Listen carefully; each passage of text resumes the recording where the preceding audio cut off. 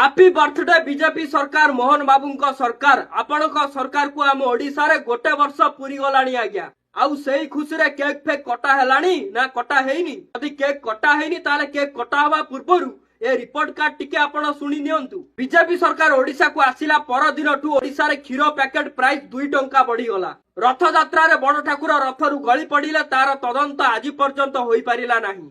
चारि द्वारा बीजेपी सरकार खोली देला किंतु लोक माने हंत संतरे दला चकड़ा हेकी मले पुणी बीजेपी सरकार से चारि द्वारा को बंद कर देला।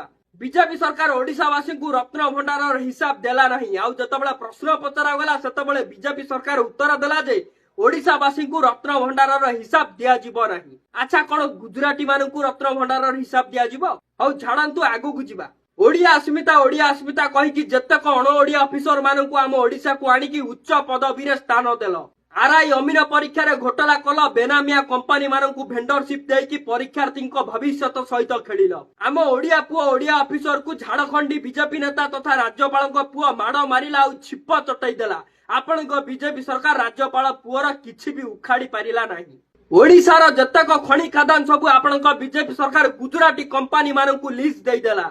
आउ जोथि पई एबे ओडिशा रे गुजराती शासन आरंभ होई गलानी। आपण सरकार ओडिशार चाषी मान पाखु ठीक से धान किणी पारिला नहीं जोथि पई चाषी माने आत्महत्या कले। तो आज पर्यंत से मृतक चाषी परिवार मानकु आपण सरकार ठीक से सहायता देले कि नहीं तार उत्तर आपण आज पर्यंत देले नहीं।